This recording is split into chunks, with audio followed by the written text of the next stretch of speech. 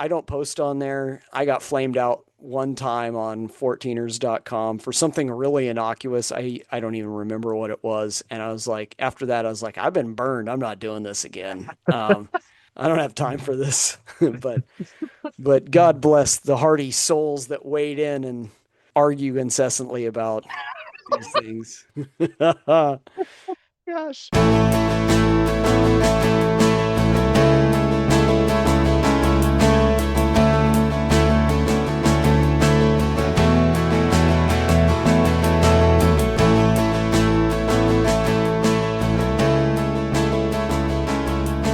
Welcome to the Greens and Blues Sports Center podcast. This episode, Zach signs up for the Olympic biathlon. I am another one that rides the bus, and we talk about some current events happening this summer in the mountains. Dr. Zach, how are you doing this fine day?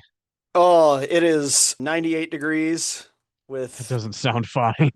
yeah, not the band with Nick Lachey. It's toasty.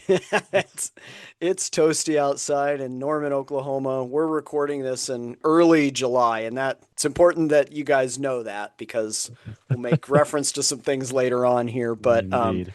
it is warm, and my hiking schedule has kind of worked out, Eric, the way such that I did a bunch of hiking in early, like in May, Yeah. and early June, and then I'm gonna go to Albuquerque in a couple days to see my mom, and I'm gonna get away for a day there, and maybe just go do some New Mexico 13ers, and then I'm not hiking again until August. So just trying to stay in shape. The other day I went to the gym and I ran 3 miles, and then I did something that I've never done before. I thought I should go swim some laps in the pool. After And running. yes. And I have never felt so utterly defeated in my life. I was like, I'm kicking, but my legs are sinking. Why is this? So I was like, am I out of shape? And I don't know. I'm going to do it again this weekend and see how it treats me because it Apparently, was, you're a biathlete now. yeah, yeah.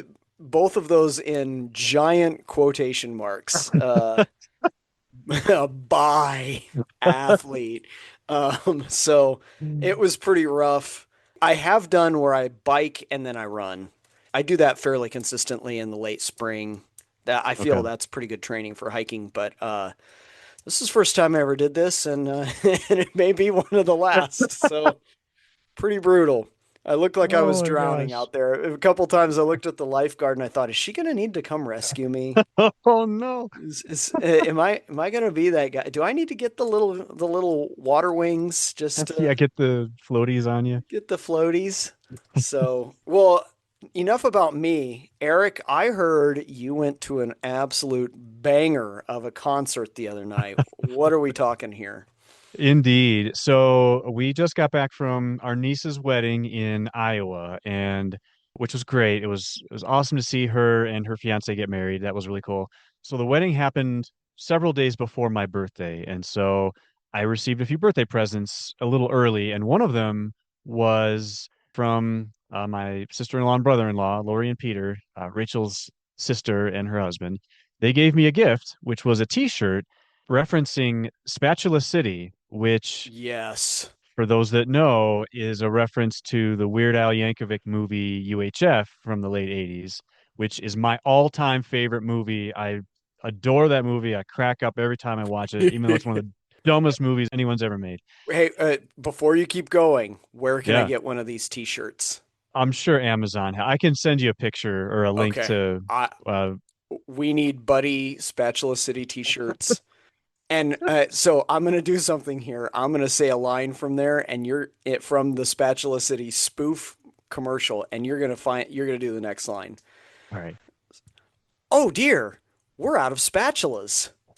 You know where to go. Then they run to the car, and then Yeah, the Spatula City, like the whole yeah. the whole echo And comes the out guy after that. smacks his head. He goes, "Let's go." Okay, so you got a Spatula City t-shirt, and what does this lead to? So it leads to, on the way back from the wedding, we stopped in Omaha to kind of break up the long drive. And it just so happened that Rachel planned a surprise, an early birthday present, because Weird Al was actually playing a concert in Baxter Arena in Omaha, and our hotel was like 100 feet from the arena. So Yes. she planned it perfectly. We actually looked at tickets at Red Rocks, and she said that the tickets in Omaha for his show were like a third of the cost. So she's like, let's do it in Omaha since we're going to be there anyway. And so Yeah. it was awesome. There were a lot of Hawaiian shirts. For those that know Weird Al, he, Hmm. especially early in his career, very well known for wearing a lot of Hawaiian shirts. I wore the Spatula City t-shirt there. I was expecting some, yeah, man, cool t-shirt, bro. I got crickets. Nobody looked at my shirt and said, "Oh, dude, UHF, that's awesome." Like maybe I was the most diehard Weird Al fan there. I don't think I was, but I was a little disappointed that there was no appreciation for the Spatula City t-shirt. So Yeah. otherwise, it Or was a great concert. like so many deep cuts you could have a Conan the Librarian t-shirt. They showed that scene during the concert. Of all the things, they played a lot of scenes from a lot of his like interviews, mock interviews he's done over the years. Uh, And the only scene they showed from UHF was Conan the Librarian. And uh, there were a lot of people that were like, sir, this book's a couple days late, and then he just cuts him in half. chops him in half. Oh man, are any deep cuts from Weird Al on the, or what were some of the highlights song wise? No, he did either the full song or partial songs from most, if not all, of his big hits. So he did Okay, Yoda, Eat It, Fat, The Saga Begins. He did a couple of his own original songs that I yeah, think are more among some of his well-known ones. He played most of them, and so for anyone that knows Weird Al and has seen him in concert, he has three or four musicians with him that have been with him, I think, for like 30 years. He must treat them really good. But this time around, he actually had a bunch of younger musicians added to the mix too, which was super cool. Another young lady playing guitar, a lady playing saxophone, another one focusing on vocals, and just the energy they brought was really cool. So overall, the concert was really good, really well done. I'm just sad that no one appreciated Spatula City. So I don't yeah. know. That's a big L for the Weird Al fans right there. I'm pretty jealous that you got to do that. That is an awesome concert. Love it. Yeah, that's great. Did any like old songs like Mr. Frump and the Iron Lung or anything like that? Like any Oh, just really deep cuts from the catalog there? he did Like a Surgeon, which I know is a Yes. really, really old one. And then the first song he ever did, I forget, he was on a late night TV show in the late 70s. And I forget whose show it was, but he did like an impromptu version of Another One Rides the Bus. Yes. And so there was a biopic of him recently where I think Daniel Radcliffe played Weird Al, and Yeah. they played a scene from that movie where he kind of comes up with that song on the spot. And so that was pretty cool to see too. So yeah, there was some deep cuts, there were some newer ones, there were a couple I didn't know, but yeah, overall he put on a good show. Fantastic. Well, we should turn to the mountains now and Perhaps. perhaps we had a fun idea here to do kind of it's midsummer when this episode's going to come out. There's a lot going on in the mountains, and we wanted to delay our regularly scheduled programming to just talk about some of the happenings, a current events episode, if you will. We've got a few things we want to talk about, just some things going on in the hills. The first thing that I wanted to bring up, so we are recording this, as I said, early July. Probably the thing that's affecting everybody and will probably continue to affect everybody that loves the mountains for the rest of the summer is there's a lot of fires. Yep. There's a bunch of fires in Utah right now.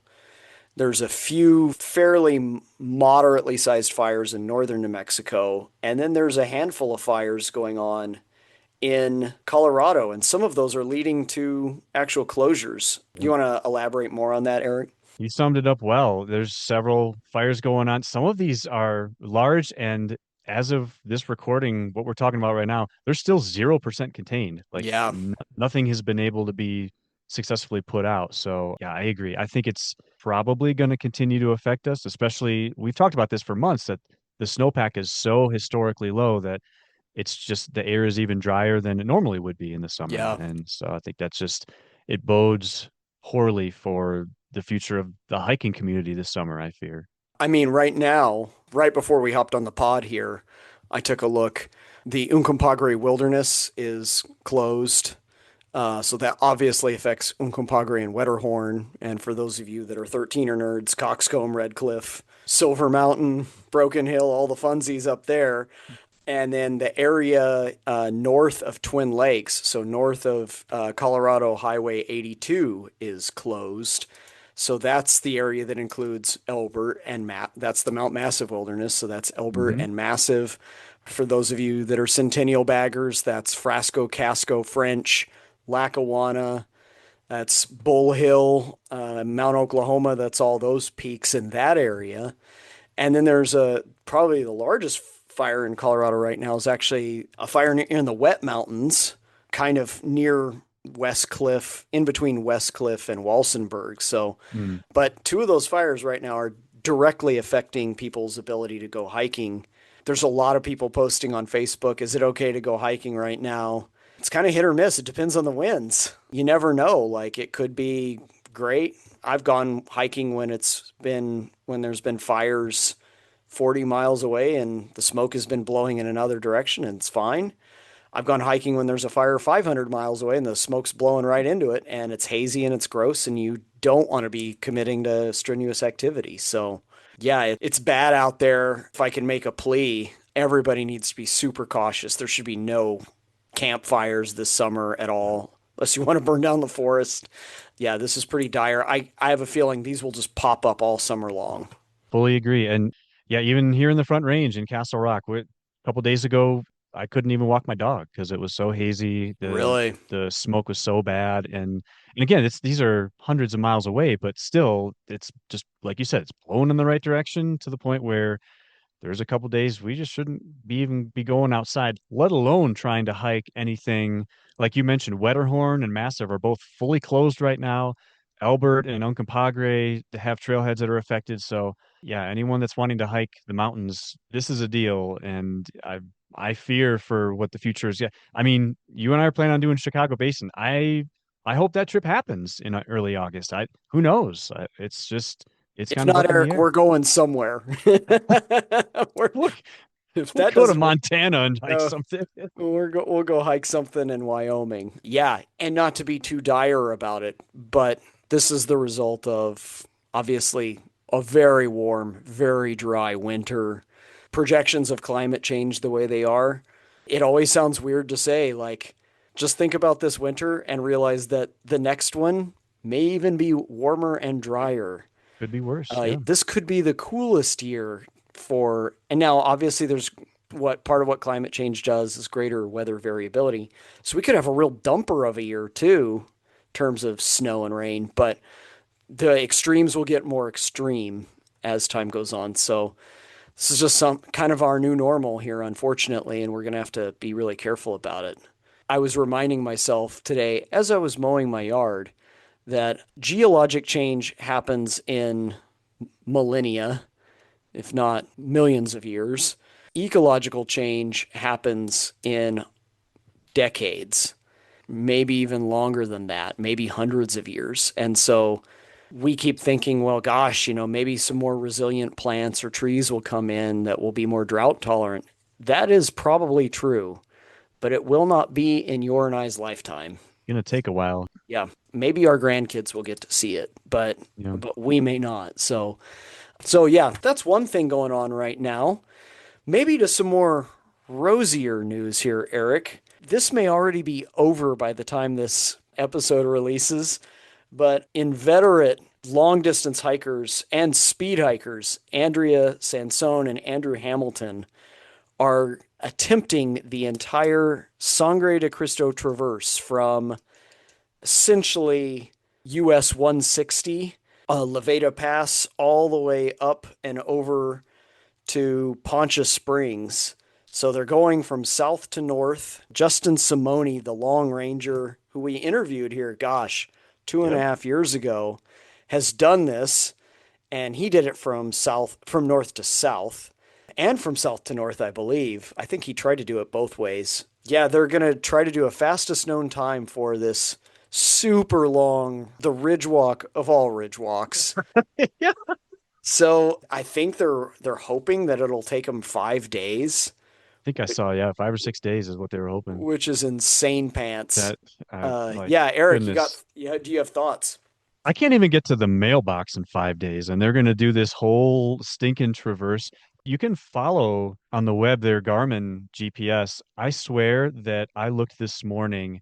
This is, I don't know, Zach, is this maybe day two, day three of their Yeah, journey? so they're on this morning. They had camped on Medano Pass. Okay. So they had gone over, obviously, Blanca, I think Little Bear and Blanca, and dropped down from there onto California Peak and followed that ridge line north from California, and that connects them up. And they had kind of dropped down beneath the Great Sand Dunes, Hmm. Medano Pass, and they were headed from there. So they put some miles in that. That's a rough way to start, but they did it at the start. Yeah. When we talked with Justin, I think he mentioned that might be the better way to try and do it because you get that traverse between Little Bear and Blanca. You get that done like day one. And When you're so fresh. when you're fresh, exactly. You don't have to try and do that when you're exhausted on day five or day 77, like it would be for me. I think they're actually on the Crestones right now, which is Holy kind of smokes. banana pants that they're moving just that. I swear I looked this morning, they were at Mount Z- z- Zwishin. I can't even Zwischen. That means but Zwishin. that means between in German, by the way. Well, well, Thank you, German translation class in grad school for that. good shot. Well, and that's very fitting because it's right in between the Little Bear group and the Crestones. So well named and yeah, they are flipping flying. So So that yeah, it's means they cool. would have gone over, holy moly, they would have gone over Marble Mountain, and then they would have gone from there, probably gone north from Marble towards Milwaukee Peak, and then yeah, then they're hitting the Crestones. So once you're done with that, you've still got to go over the Crestones and then go do that nasty knife edge traverse between Adams and Fluted, I believe. And then it's kind of smooth sailing from there. Smooth sailing, I say, from there. In quotes. I mean, I have two things that I wanted to say about this. Anyone that has driven along the San Luis Valley or hiked those peaks or been on top of some of those peaks has looked at that ridge line and been like, man, that would be so cool to do that entire snaking traverse. Like, it makes sense. It's just, especially from like Adams North, like it's just one big long continuous ridge line with a ton of 13ers on it. Yeah. It's such a cool ridge. For me, that's adventure minded, that's looked at it, has been like, man, I would love to do that. Second thought though, I am done when I do 4 peaks in a day. Like I am cooked, or 5. Just that amount of time above timberline, moving, going up and down.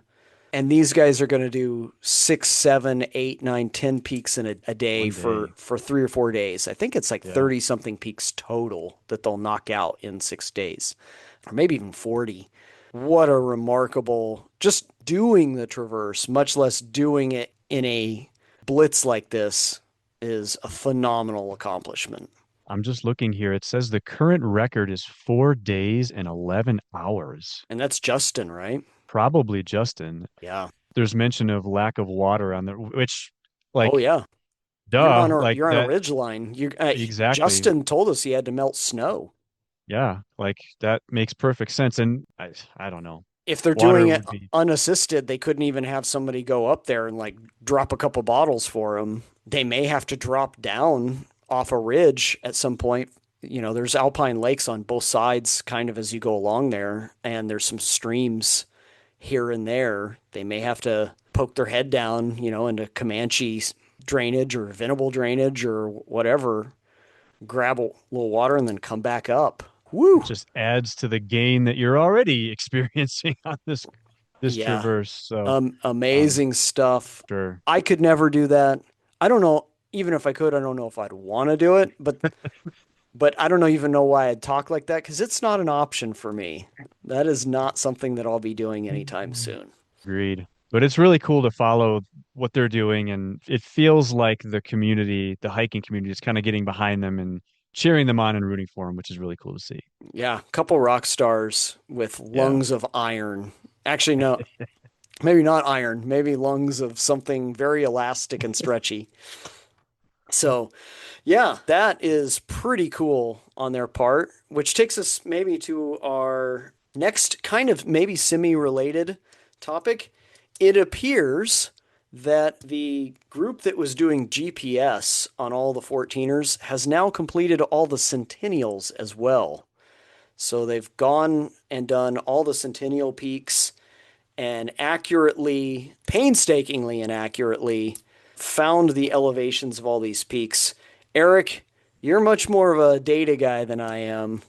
What are your thoughts on this? Actually, pretty amazing accomplishment. You have to do the Centennials to do this, to like set up the little antenna and whatnot. So like these guys just did all the Centennials too, and That's as part of this project. Yeah, and I didn't realize they had done all the Centennials. That's amazing. And like you said, from the nerd perspective that I have, like the amount of work that went into that is grueling. And I'm glad to have the accurate data. I think that's really cool. The only thing that I have, it's not related to the Centennials necessarily, is this same team has completed a second survey of East Crestone. So that a lot of news earlier about some of the data that came out of their initial survey of the Crestones and finding that East Crestone is actually like 5 inches taller than West Crestone, which is different than what we had thought before. So they've gone back, they've confirmed that that data is accurate with a second survey. For anyone that's interested, there is a forum topic on 14ers.com, and it is rather entertaining because there are some folks that are causing a little bit of a kerfuffle around this whole thing from a couple of different vantage points. And I'm enjoying my popcorn as I'm reading all of these responses and other feedback coming through for it. To bring a little bit of clarity to it, there are some folks that are kind of bringing the conversation back to reality in a good way. Justin Simoni, the aforementioned, being one of them, and Middlebrook also. They're both bringing some, I would say, level-headedness to the conversation that otherwise is just basically mountain adult drama that is entertaining to read about, but honestly, there's a little bit of silliness in there. So anyone that's so inclined, you can find that on the forum. So, Eric, what's all the drama about? Like you can't do that to me, buddy. You got to fill that in a little bit more. So, what's the I can't see why anyone would get worked up about it. Like if some guys want to accurately map the summits, like so what? I can go on living like here's my very Yeah. adult, very I guess live and let live, very modern interpretation of that. Like, hey, if you want to do that and that's what floats your boat, like knock yourself out. Doesn't affect me. So, what are people getting worked up about, Eric? It's a very level-headed perspective, Zach, and I don't hear that about myself often. So, you should maybe read this topic. Maybe seriously, it's pretty good. As far as I can tell, there's really two main holes that some are trying to poke in the work that's being done. One is there are some folks that are raising an issue of, okay, so even though this team has done these surveys twice on East Crestone, there still has to be some quote unquote approval of the data in order for it to become mm, gospel, so to speak. And I'm not going to call out a lot of names here, but the leader is Dr. Eric Gilbertson, who we've referenced before. He's kind mhm. of been in charge of a lot of these surveys. And I think his interpretation is these two surveys should be enough data as presented to update 14ers.com and update lists of John and kind of update all the databases as far as the geological service. And some folks are poking at that saying, no, there's other things that need to be done. And so there's a little bit of disagreement there. But the other thing that folks are talking about is there are some pictures of, I think it's East Crestone, shown on the forum. And some people are saying that, you know what? If you just move a couple of rocks around, you're going to massively change. And some of these rocks look like they could actually be moved. Like Yeah. if someone were to build a massive cairn on top of West Crestone, you could just change this whole thing up again. And so some are calling into question the validity of the data based on rock placement and some of these rocks being movable rocks. And so I don't know. To me, it's a little bit splitting hairs, Yeah, perhaps. I was gonna say hair splitty. Yeah, hair splitting. I like that. That's more efficient. Those are the two things I can see that people are complaining about. Contrary to my previous statement, as Jerry Roach often reminds us, geology does happen in real time as well. This is just a few rocks falling off away from changing this. And so part of this is, as long as we're not wedded to the idea that this is immutable truth, that these will never change. I mean, some mountains in Colorado are still growing, like part of the San Juans are still, they're doing it in geologic time, like one inch Sure. every 1,000 years. But Yeah, yeah. these may change. They may be, some people are right. These may be slightly inaccurate depending on where they put the antenna, what the antenna is picking up. Is it on the exact highest point?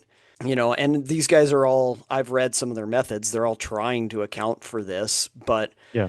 when you're literally talking in some of these instances, what, 3, 4, 5 inches, Like inches, literally. it could be within the margin of error for these instruments. I don't fall back on this often, but as a biology and chemistry major in college, like anyone that does instrumental analysis knows that the instrument itself introduces error, Hmm. and you're dealing with a very large stochastic system with a lot of different data points here and a lot of different confounding factors. And so they may be inaccurate, which is why I return to my previous comment of, if these guys want to do this, great. It's not going to affect my life. If I ever find myself on one of the two crest stones, I'm going to feel happy. Yeah. So if I ever find myself near, I think one of the other peaks they did was Aeolus, and it's like 3 inches away from being another ranked peak. West Aeolus is. West Eolis, yep. If I'm ever good enough to climb West Aeolus, because it's a rock star of a peak, great. That's fantastic. I'm going to count it regardless. I count unranked peaks anyway that feel like peaks to me because that's how I do my thing. But Yep. anyway, good for them and good for all the people getting mad and worked up about it. Yeah, exactly. Yeah, I think the data nerd in me is fascinated by all of the numbers and the measurements and the discussions that come, but my list is still going to be my list regardless, and I don't foresee myself being on the Crestones or frankly West Yolas anytime soon. So yeah, I just found it to be a very interesting topic and a little bit entertaining at the same time. Yeah, I mean, this brings up, I'll just say one thing. Probably one of the, we don't talk about this very often, but the 14ers.com forum, it's the internet in a capsule, right? Like you can go to 14ers.com and find amazing content, great trip reports. When people like Andrea and Andrew do these big efforts, everybody's supportive and just the best community ever. And then you get stuff like this and you get dog piles and insanity, and holy smokes, it is just becomes just an absolute poop show out there. So I maybe that's just a little scintilla of that weirdness. Because Uh, yeah, I don't post on there. I got flamed out one time on 14ers.com for something really innocuous. I don't even remember what it was. And I was like, after that, I was like, I've been burned. I'm not doing this again. I don't have time for this. but God bless the hardy souls that wade in and argue incessantly about these things. Gosh. Well, Uh, from that note to maybe a little more sour note, um, yeah. our fourth topic here for the day, it's summer. People have started hiking, and with that comes accidents. And so you and I just noticed on 14ers.com and in the papers, there was a fatality on Little Bear recently. I think there's been some other rescues that have been conducted. I don't know if I have anything great to say, but boy, I hope people are careful out there. It looked like this person who died on Little Bear was trying to avoid the hourglass Hmm. and taking the West Ridge indirect route, which I have not taken, but trying to avoid it and ended up getting into probably some of the trouble that he was looking to avoid in the hourglass route. So it just goes to show no matter how experienced you are, how good you are, sometimes you get unlucky. And mountains are a careful reminder of that. I don't know. Did you have any thoughts, reflections, Eric? The only thing I can think of is I do believe the West Ridge indirect route for Little Bear is, at least as far as 14ers.com, is a newer official route. I don't know if I can even call it official. It's not standard, but the route description I think is newer for that one. Whether you think it's safer than the Hourglass or not, the fact is it's still Little Bear. It's still class 4, and there's just no easy, safe way to get up Little Bear. I don't think that's what this person was thinking, was that it would be an easy way to go, but No. I just think the mountains are going to do what they're going to do, and we don't have control over it. And it's unfortunate to see something like this. Yeah, I mean, the only way you can mitigate risk is to not take risk. Yeah. I mean, truly, you can mitigate it by being really, really good. But even really good hikers and climbers, I'm reminded of the Colorado veteran Steve Gladbach, who I never met, but hiked thousands of peaks. All the 13ers, all the 14ers, was a veteran hiker, died while hiking. And now was on a pretty risky area, I believe Thunder Pyramid when he died. Oh, wow. But yeah, even great hikers and climbers, they know all the tricks. They're steady on their feet. They're smart. They don't take unnecessary risks. And even then, as you said, the mountain will do what the mountain's going to do. I think you and I mitigate that by going on this. This is the Greens and Blues podcast by going on easier routes. But even then, I sometimes find myself in areas where it's like, man, if I fell here, I'd be in trouble. Hiking is a dangerous pursuit, even if done like you and I do it at the most junior levels. So I just wanted to reflect on that a little bit and just hope everybody stays safe and doesn't start a fire this summer. Maybe this Yeah. is like our school marm episode where we just remind people of some hiking principles. And be mature on the forums too. So, Yeah, can we police that too? Maybe go touch some grass. Maybe look at the news first and then go to the forum. Like maybe see how bad things are in the world right now. there you go. And get a little perspective on before getting worked up over whether Gilbertson et al. Have made a measurement mistake on one of the 14ers. And then that takes us maybe we wanted to end on a positive note to our final topic here, which is you're celebrating your 50th this year, Eric. Colorado is celebrating its 150th. And the United States is celebrating its 250th birthday. In order to honor that, the Colorado Mountain Club on August 1st wants to have people on every 14er summit in Colorado. So I believe the way they've done it is they've sent teams to some of the harder summits so that, yahoos like you and me don't raise their hand and go, I'll do Capitol. I'll go stand on Capitol. They're wanting to have a bunch of people on 14er summits on August 1st. I think it's a really cool idea. Yeah, Eric, thoughts? Yeah, I love it. I think it's really cool. We've talked before about what is the mouthful? It's semiquin, sesquicentennial, whatever the heck the It's a bunch combination of of the Latin, is what it is. yeah, a bunch of prefixes that I'll never use ever again other than this context. But yeah, the combination of the 250 and the 150, yeah, I agree. I think this is a cool way to recognize it. You and I are planning on backpacking into Chicago Basin, so I don't know that we would necessarily, but as I look at the list, so found a link to an article about this event that the CMC is putting together. It looks like there are several mountains that are they have a lottery system that they're putting together to Hmm. choose people, and the Chicago Basin peaks are not listed here. So to me, that means that they're already taken. So I don't know. Maybe you and I can we include Jupiter Mountain in that list somehow? Just kind of tack on our own We're entry in there. I've got a plan, Eric. We're gonna go up into Chicago Basin that day. So the train's gonna drop us off. We are going to take our packs and we are going to hoof it the 6.5 miles into Chicago Basin. We're going to drop our packs at whatever hour, whatever weather conditions. I don't care if it's thunder and lightning. We're going to march up to the top of some peak, Jupiter, Eolus, Wyndham, whatever we want to do that day. And we're going to be wearing Colorado t-shirts of some sort, and we're going to take pictures. And I don't care if CMC doesn't recognize our effort. We're sending in the pictures, and we're going to get recognized for this. So I love um, it. I feel strongly about this. Uh, Yeah, it sounds like you got the plan already laid out. yeah, I'm going to get some Colorado branded athletic wear, some hiking wear with a giant C on it or something. That C with the yellow thing in the sun Yeah. in the middle or whatever. We're Yep. doing Yep. this, buddy. I think it's a really great idea to honor. I mean, I think one of the things that makes Colorado great are these mountains. There's obviously other things that make Colorado great, like the second best green chili in the country.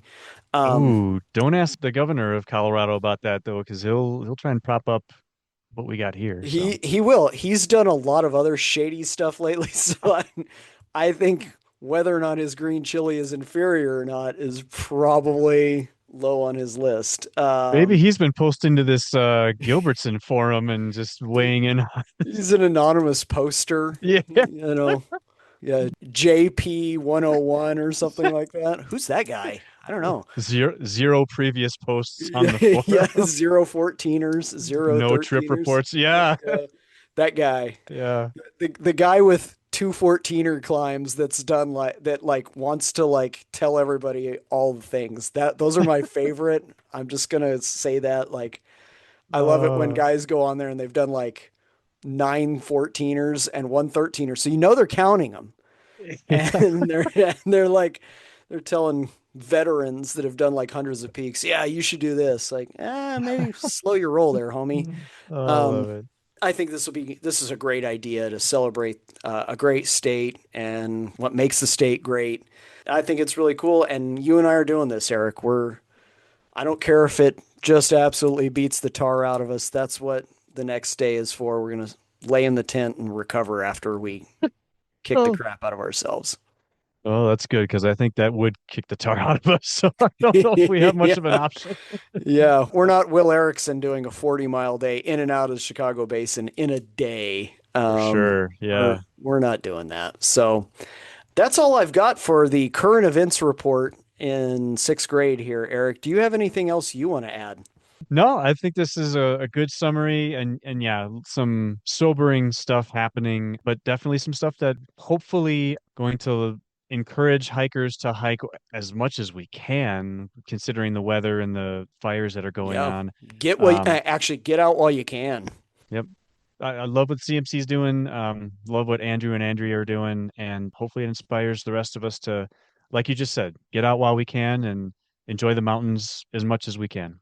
I'm gonna go run and I'm gonna go hop in the pool and I'm gonna be inspired by Andrew and Andrea and their efforts here. I'm gonna go hurt myself just for their sake. So Maybe you can sprint up Crestone Peak and give them some water while you're at it.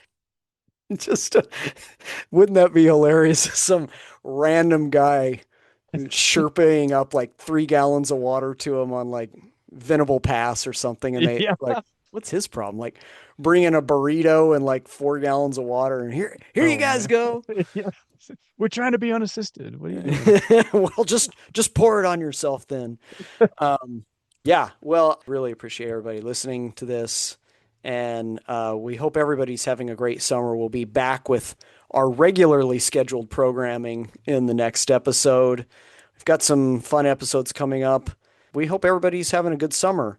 Eric, if in the meantime people want to reach us, talk to us, send us things, how do they do so? Yeah, if anyone has data on West Eolis's summit elevation, prominence compared to Eolis, I think it's actually prominence that's getting West Eolis on this one.